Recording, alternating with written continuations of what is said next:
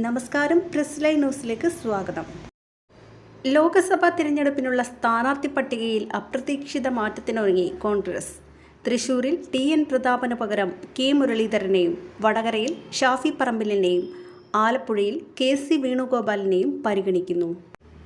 വേണുഗോപാൽ ഇല്ലെങ്കിൽ ആലപ്പുഴയിൽ രാഹുൽ മാങ്കൂട്ടത്തിൽ സ്ഥാനാർത്ഥിയാകും. വയനാട്ടിൽ രാഹുൽ ഗാന്ധിയും കണ്ണൂരിൽ K സുധാകരനും വീണ്ടും മത്സരിക്കും. മറ്റു മണ്ഡലങ്ങളിലും സിറ്റിംഗ് എംപിമാരെ നിലനിർത്തും. സ്ഥാനാർത്ഥി പട്ടിക ഇന്നു തന്നെ പ്രഖ്യാപിക്കുമെന്ന് KC വേണുഗോപാൽ അറിയിച്ചു. അപ്രതീക്ഷിത പേരുകൾ പട്ടികയിലുണ്ടാകുമെന്നും K സുധാകരൻ പറഞ്ഞു. മല്ലികാർജുൻ ഖാർഗെയുടെ അധ്യക്ഷതയിൽ ഇന്നലെ രാത്രി ചേർന്ന കേന്ദ്ര തിരഞ്ഞെടുപ്പ് സമിതി യോഗം പട്ടിക സംബന്ധിച്ച് ചർച്ച നടത്തി. BJPയുടെ താരസ്ഥാനാർത്ഥിയായ സുരേഷ് ഗോപി മത്സരിക്കുന്ന തൃശൂരിൽ ഏറ്റവും കരുത്തുറ്റ സ്ഥാനാർത്ഥി എന്ന നിലയിലാണ് K മുരളീധരനെ രംഗത്തിറക്കാനുള്ള തീരുമാനം.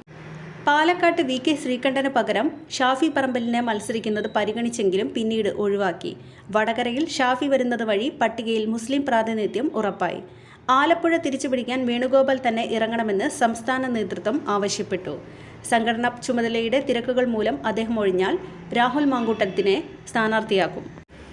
വയനാടിന് പുറമെ രാഹുൽ ഗാന്ധി UPയിലും അമേഠിയിലും മത്സരിച്ചേക്കും. UP സ്ഥാനാർത്ഥികളെ വരും ദിവസങ്ങളിൽ തീരുമാനിക്കും.